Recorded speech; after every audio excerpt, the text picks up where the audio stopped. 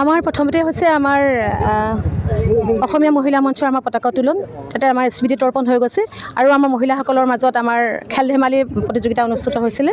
তাৰ মাজতে আমাৰ সাংস্কৃতিক কাৰ্যসূচী চলি আছে। কণ কণ মইনামণিসকলে আমাৰ নৃত্য প্ৰদৰ্শন কৰিছে আৰু আমাৰ মহিলাসকলে গীত পৰিৱেশন কৰি আছে। তাৰ মাজতে আমি সম্বৰ্ধনা অনুষ্ঠানো ৰাখিছোঁ। আমাৰ বিশিষ্ট আমাৰ মহিলাসকলক উদ্যোগী হওক, আমাৰ শিক্ষা ক্ষেত্ৰতে আগবাঢ়ি যোৱা আমাৰ বিশেষ মহিলাসকলক আমি সম্বৰ্ধনা জনাইছোঁ। আৰু আমাৰ যিটো অসমীয়া মহিলা মঞ্চ কেন্দ্ৰীয় সমিতিৰ এটা বঁটা আমি ৰাখিছোঁ, বৰ্ষনাৰী বঁটা। আৰু এইবাৰ বঁটা প্ৰাপক হৈছে আমাৰ সকলোৰে শ্ৰদ্ধাৰ মৰমৰ আমাৰ যুৱ সাংবাদিক আমাৰ এঞ্জেলা চাংমাই ডাঙৰীয়া।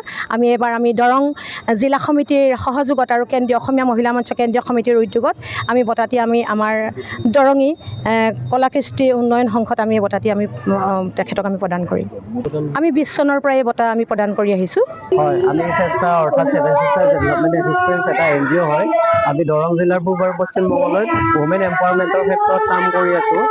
আৰু আজি আন্তৰ্জাতিক নাৰী দিৱস হিচাপে আজি আমি আমাৰ এইবাৰ পঞ্চবাৰ্ষিক মহামিলন মহাসমাৰোহ অনুষ্ঠিত কৰা হৈছে।